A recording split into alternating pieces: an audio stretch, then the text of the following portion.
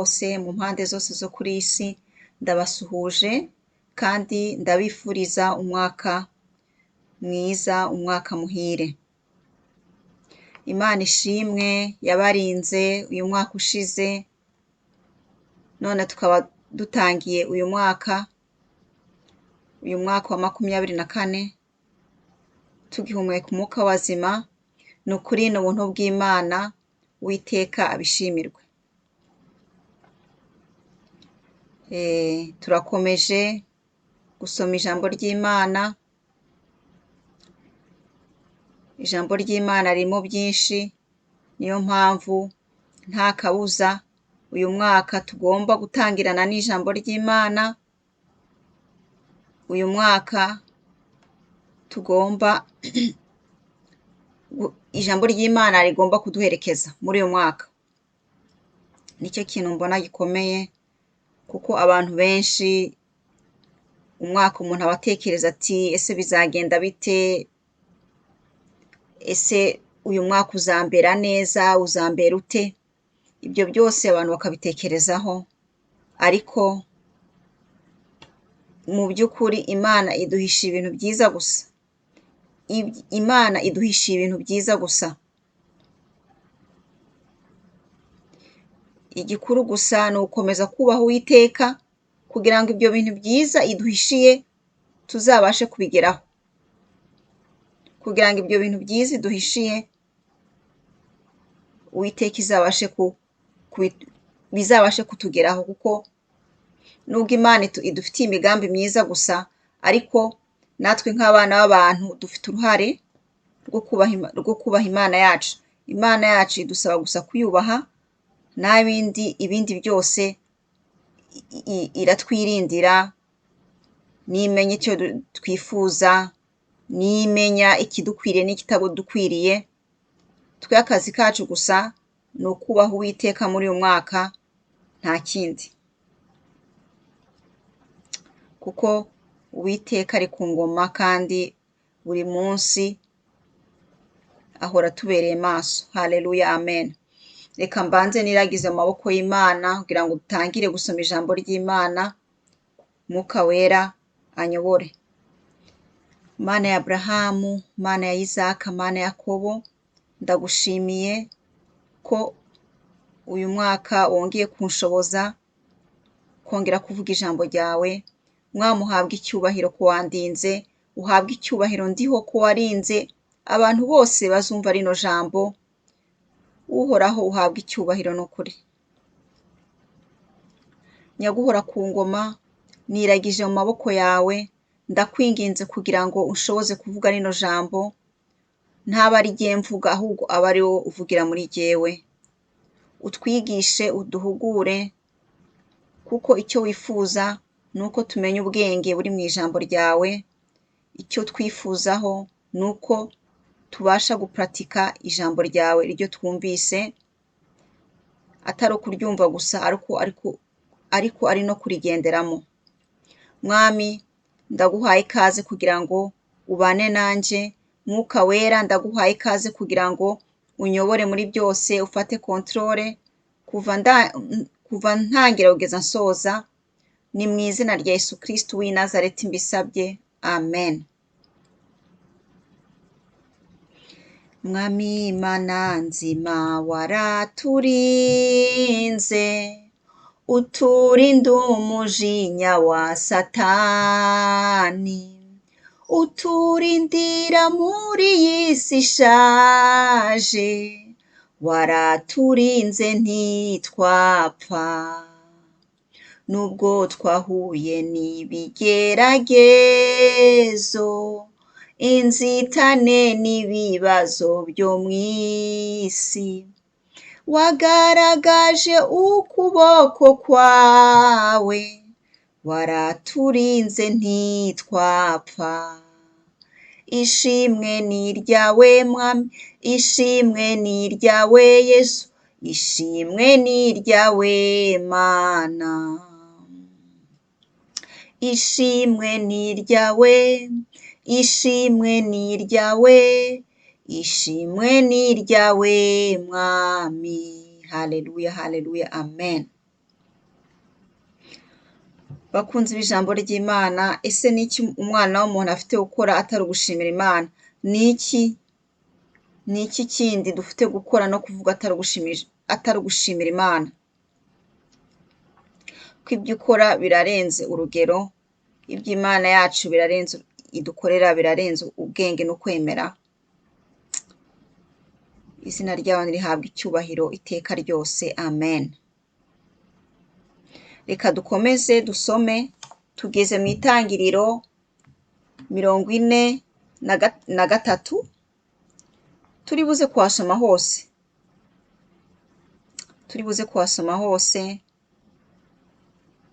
kuko ntago byaba byiza kugira ngo mpasome igice, ko biba bifite ubusobanuro bwuzuye. Nongera kubibutsa mbabwira ko jyewe ntago ndi umupasiteri cyangwa iki, ariko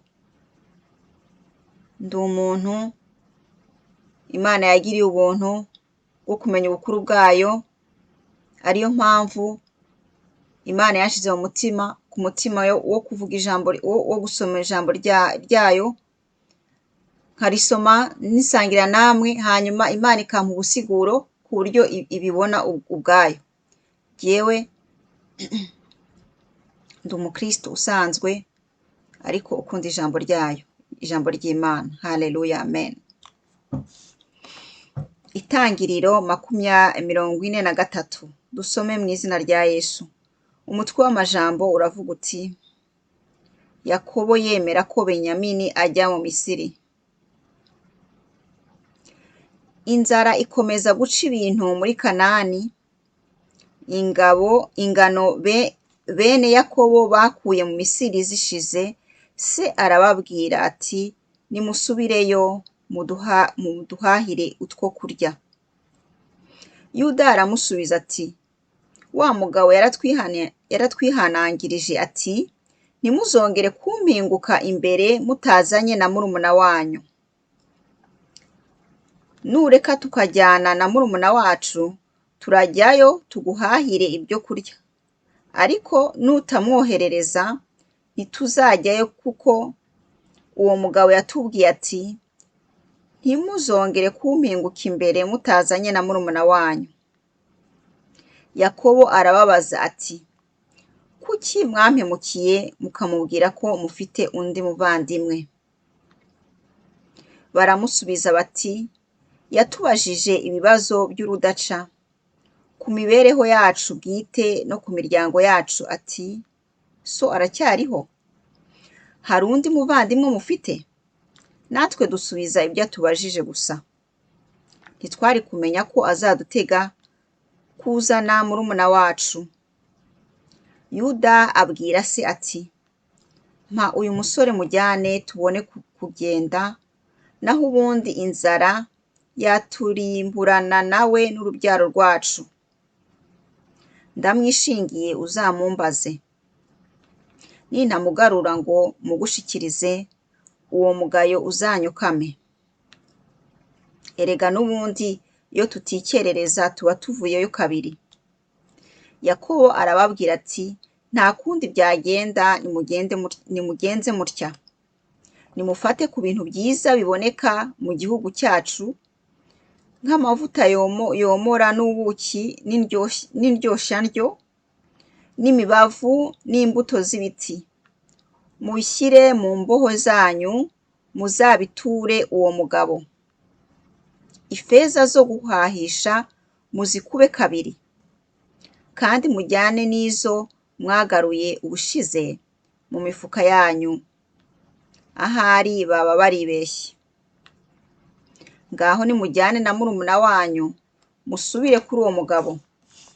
Imana nyir'ububasha izatume uwo mugabo abagirira neza, abareke mugarukane n'umuvandimwe wanyu wundi na Benyamini. Ubundi kandi niba abana bagomba kunshiraho, ntako nagira. Yozefu azimanira bene se. bene Yakobo bafata ya maturo na za feza basubirana mu Misiri na Benyamini basanga Yozefu. Yozefu abonye bazanye na Benyamini abwira umunyanzu we ati, jyana aba bantu iwanjye ubage itungo maze udutegurire amafunguro kugira ngo nze kubazimanira saa sita. Uwo munyanzu abigenza nk'uko abitegetswe, abajyana kwa Yozefu.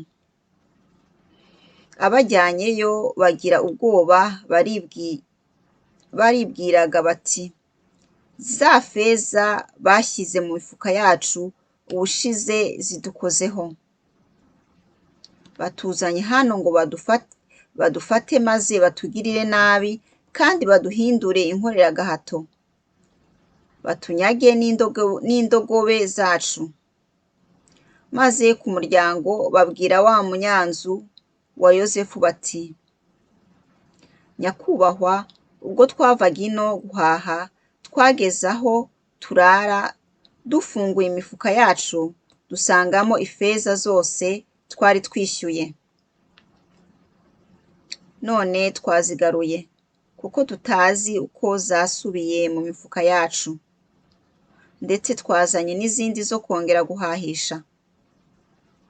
Arabasubiza ati, nimuhumure mwigire ubwoba, Imana yanyu ariyo Mana ya so niyo yashyize ubwo butunzi mu mifuka yanyu, naho jyewe ifeza mwishyuye narazakiriye.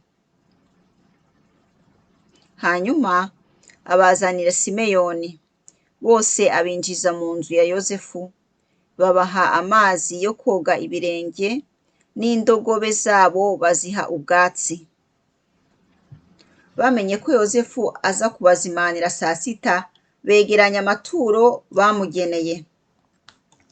Yozefu aje bamushyikiriza ya maturo, nuko bamwikubita imbere. Arababaza ati, ni amahoro? Wa musaza so mwambwiye nawe ni amahoro?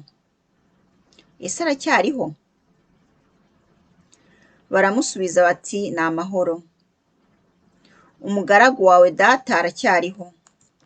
Hanyuma barunama bamwikubita imbere.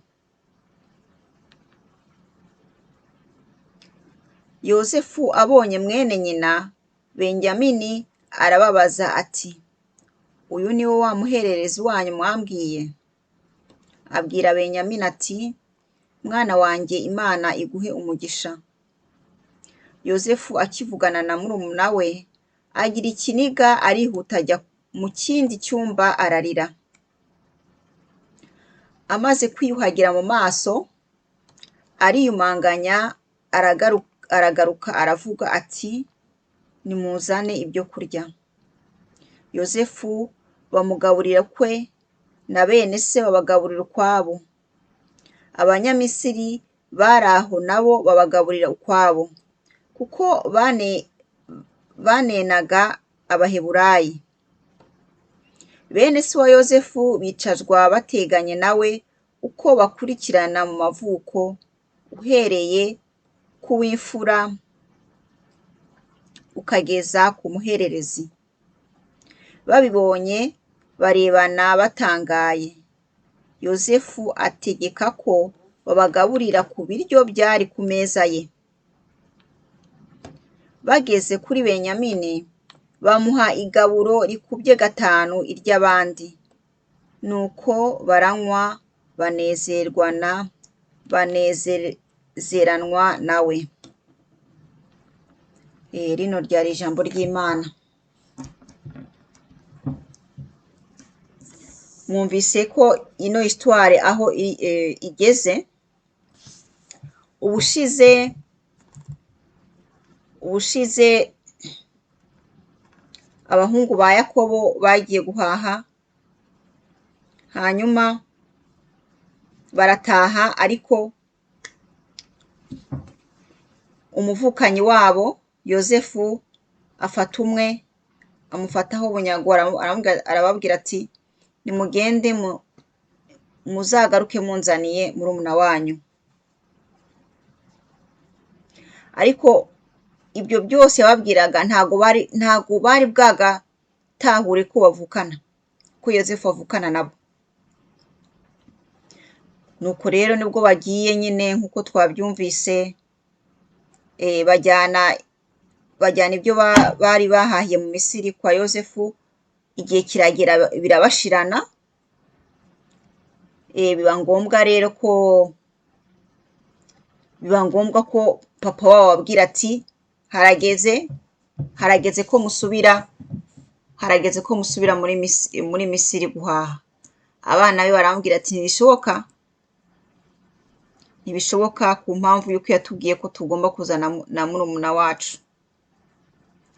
Murumva uko byagenze, ntabwo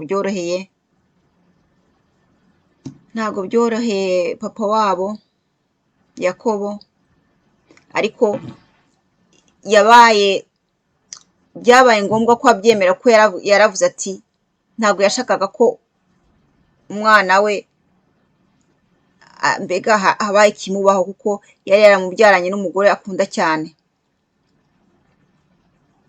Rasheli. Yarakundaga Rasheli cyane.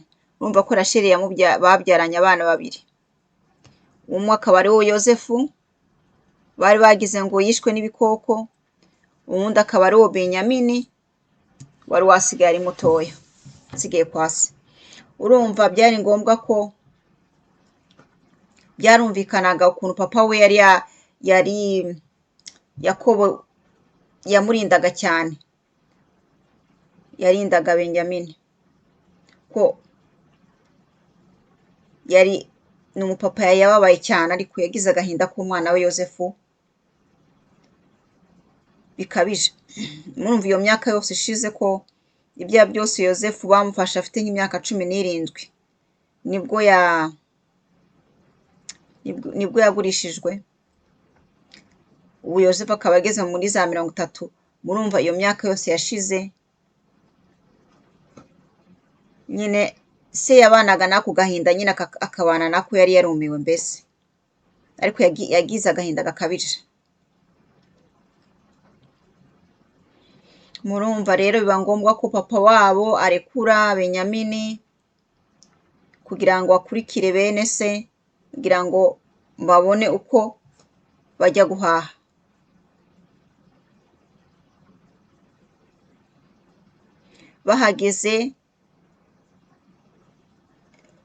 Bahageze baratunguwe bageze kwa Yozefu, ukuntu yabakiriye, kandi n'amafaranga bari barabasubije, bagiye guhahisha ubushize bakabayasubiza. Ariko icyo nashimye kumva ni uko umugaragu wa Yozefu yanze kwakira amafaranga wamuhaye, aravuga ati amafaranga mwampaye narayakiriye, izo feza bahahishaga feza, izo feza mufite n'iz'Imana yabahaye, ntabwo ari jyewe. Haleluya, amen.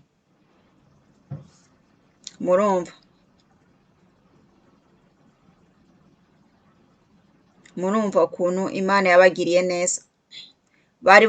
Mbere bakigenda bagiye guhaha, batwaye feza zo guhahisha, ariko barahaha, ariko basubirana amafaranga yabo. Murumva ko ari ubuntu Imana yabagiriye, nk'uko uwo mugaragu wa Yozefu yabivuze. Imana yabagiriye ubuntu, nk'uko yari yatonesheje Yozefu, nabo ibaha privilege ya feza.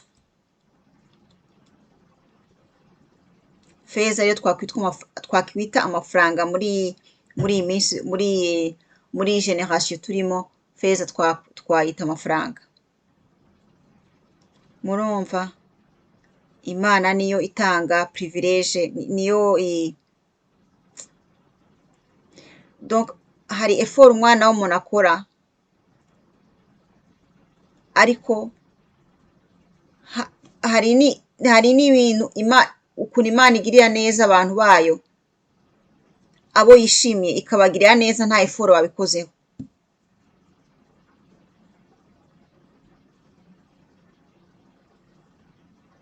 N'ubuzima bwa none nuko tumeze, nuko tubayeho. Mu by'ukuri nta effort n'imwe twakoze kugira ngo tube tukiriho k'uyu munsi. Imana itanga feza, Imana itanga amagara meza, sante nziza, Imana itanga urubyaro,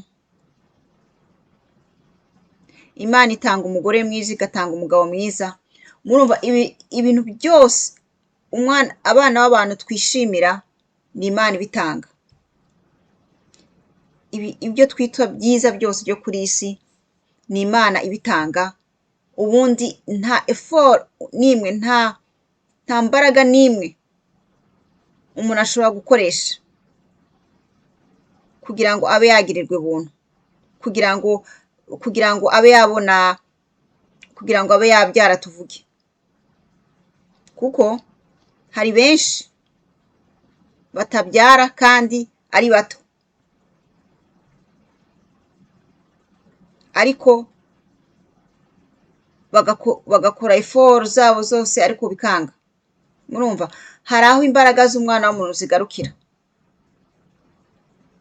ariko ubuntu Imana itanga nta effort, nta mbaraga umuntu afite kubishiramo. Kuko turebye ukuntu twinjiye muri uyu mwaka wa 2024,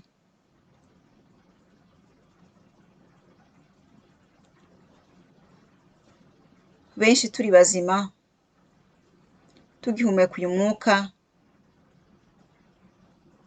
tubasha kugenda mu mirimo yacu ya buri munsi,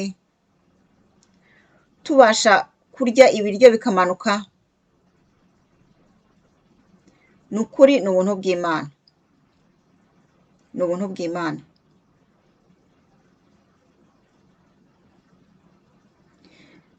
Dusubiye mu gisomwa, Yozefu Imana yari yabipanze byose kugira ngo bigende kuri ruriya rugendo rubabaje yagize ari umusore muto cyane, ariko byose yashaka kugira ngo, kuko Imana yari izi bizaba imbere, Imana yari izi amapfa azaba imbere. Yashaka gusova abavukanyi biwe, yashaka gusova umuryango wa Yakobo n'imiryango myinshi cyane. Murumva ibyo byose ni ubuntu bw'Imana.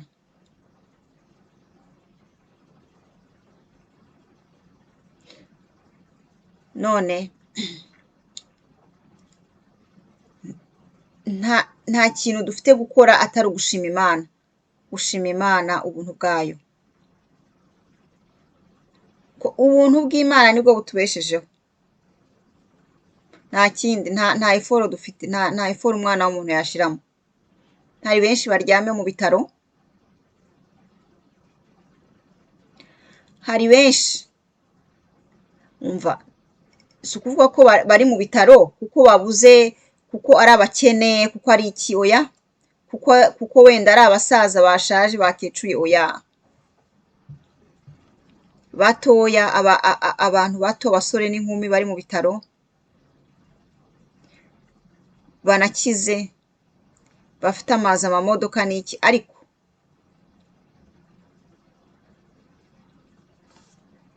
impamvu sante ikabananira tout simplement, kandi n'amafaranga ntabe yakabarengera. Amafaranga n'ifeza n'iki ntago ashobora kurengera umwana w'umuntu iyo byago byaje, ntago bibaho. Yaba ari ibyo, bariya bamiliyarderi bapfuye bose bari gukoresha amafaranga yabo ntibapfe. bari gukoresha amafaranga yabo bagakira izo ndwara zabishe. Murumva ubuntu bw'Imana butubeshejeho ko bumeze. Hari n'undi ushobora kuvuga ati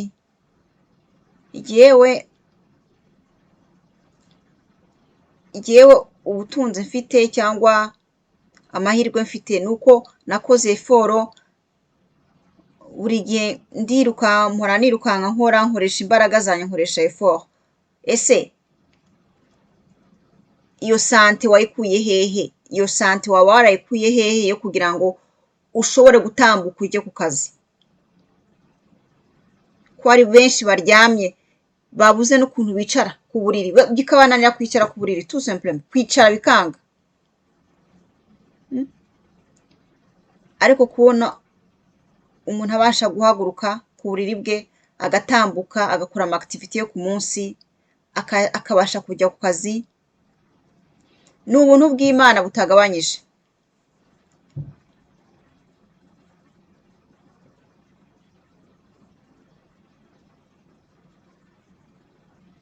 Tugizwe nayo, tugizwe n'Imana. Imana niyo itugize, Imana niyo idukingiye runini, nicyo kintu navuga kabisa.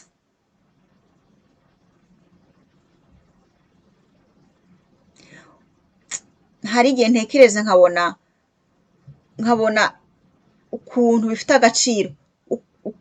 bifite agaciro umuntu akiriho agihumeka, afite imbaraga, bifite agaciro karenze feza na zahabu, kuko ni privilege nini udashobora nkuko nahoze mbivuga, udashobora kugura amafaranga.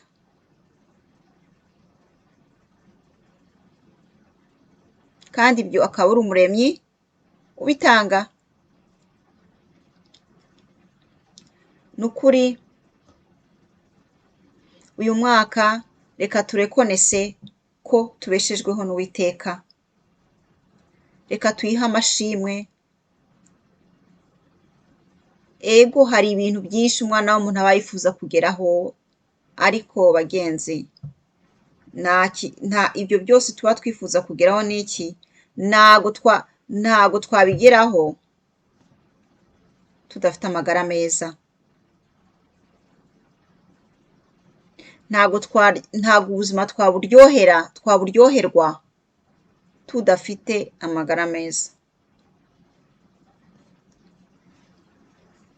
Rero ari jyewe ari namwe, reka uyu mwaka dutangirane amashimwe,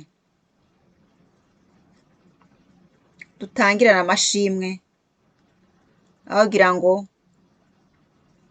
duhore twidodomba twidoga, yewe kubera ko biriya ntarabigeraho, yewe kuki.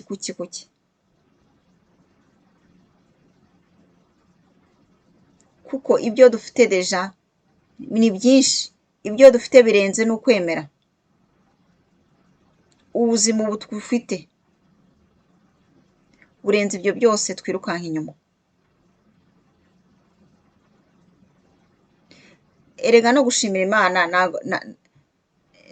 ntago bigomba ibintu binini. Gushimira Imana, iyaba twakamenya gushimira Imana, tugashimira Imana uko tubyutse mu gitondo, Imana ndagushimiye ko ndamutse amahoro, ndagushimiye ko umpaye icyo gufungura, ndagushimiye ko mfite sante nziza, nkabasha kurya, nkabasha kunywa nkabinezererwa. Murazi ko hari abantu benshi babuze apeti muri kano kanya, atari ko babuze icyo barya, ariko babuze apeti. Bareba ibiryo bikamera nk'uko igisitatu cyareba ibiryo, kureba ibiryo kandi bikakunukira. Ibintu dufite gushimira Imana ni byinshi, ariko tubifata nk'aho bisanzwe. Ntago bisanzwe. Gushimira Imana ko yagushoboje gukora ku kazi, gushimira Imana ko iba yakurinze ikarinda n'abawe,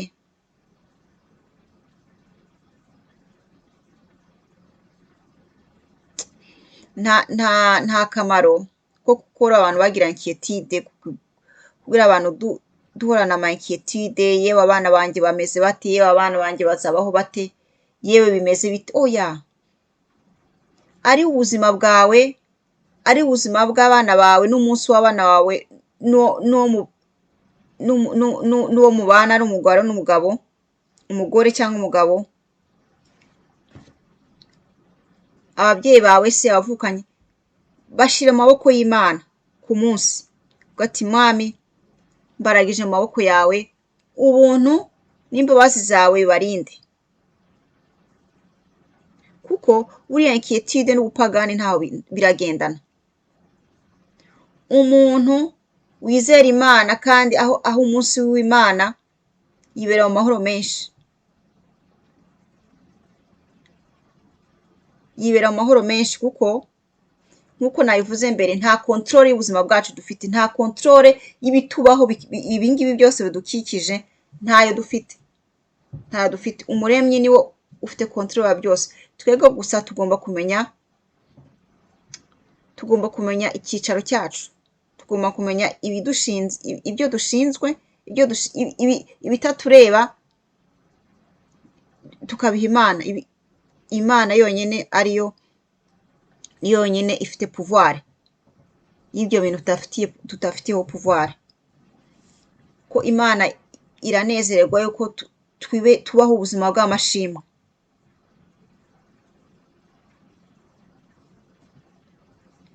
Kwishimira kandi bivuye ku mutima.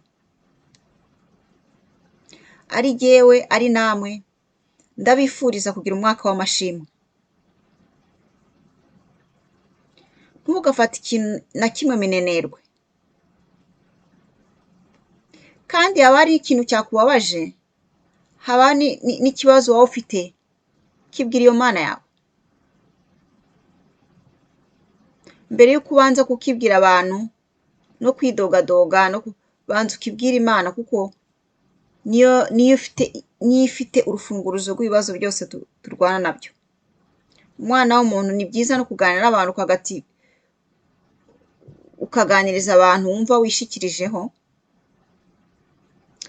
ariko mbere na mbere kwanza kubibwira Umuremyi, abantu bakaza nyuma, kuko uwo nguwo ubibwira nawe aba afite ibyo arimo kurwana nabyo, nawe aba afite intambara ziwe utazi. Twese uko tuba kuri iyi si turi abantu gusa, buri muntu wese aba afise ibimugoye, ari mu buryo bumwe cyangwa mu buryo bundi. Urumva, ntabwo ari byiza kwizera umwana w'umuntu cyane kugira ngo ube wakumva ko umwana w'umuntu yawukemura ibibazo, oya, cyangwa ngo umwana w'umuntu mutinye umuhe icyubahiro adakwiriye, oya, ibyo ngibyo birakaza Imana. Muri uyu mwaka mbifurije, nanjye nifuriza kugira ngo tuwugire umwaka w'amashimwe. Ako kantu wita gato uzajya ugashimira Imana,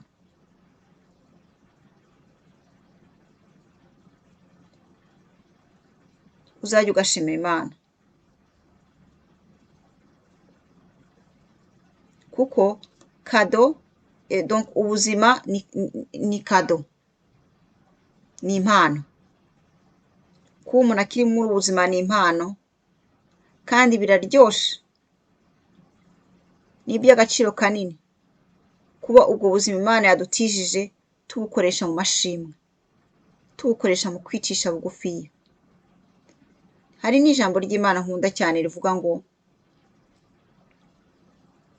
aho kugira ngo widodombe,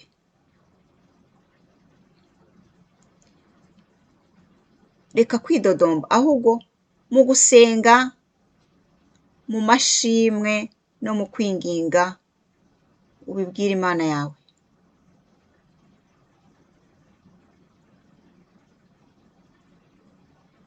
Numva ibyo birimo mu cyiciro cyo gusenga. Imana murumva ko izi byose, izi ibyo tunyuramo, ariko ariyo mpamvu kandi ishaka ko dusenga, yifuza ko dusenga, yifuza ko tuyereka ubuzima bwacu bwose, akaba ariyo itubera umugide, kuko niyo ireba aho tutabasha kubona, niyo ireba ejo tutazi, ibizaba ejo cyangwa se n'ibiba mu isaha ikurikiyeho ntago tuba tubizi. Ariyo mpamvu Imana igufashe wowe undeba kandi nanjye imfashe, tubashe kumenya ubwenge bwo kwiragiza amaboko y'Imana uyu mwaka, bwo kugira Imana yacu number one, ikaba iya mbere mu buzima bwacu, mbese tukabaho nk'uko Imana ibinezererwa. Mukomeze mugire umwaka mwiza muhire, Uwiteka azabane namwe, Uwiteka azabashimishe, kandi ubuntu bwayo buzabane namwe mwese. Shalom shalom.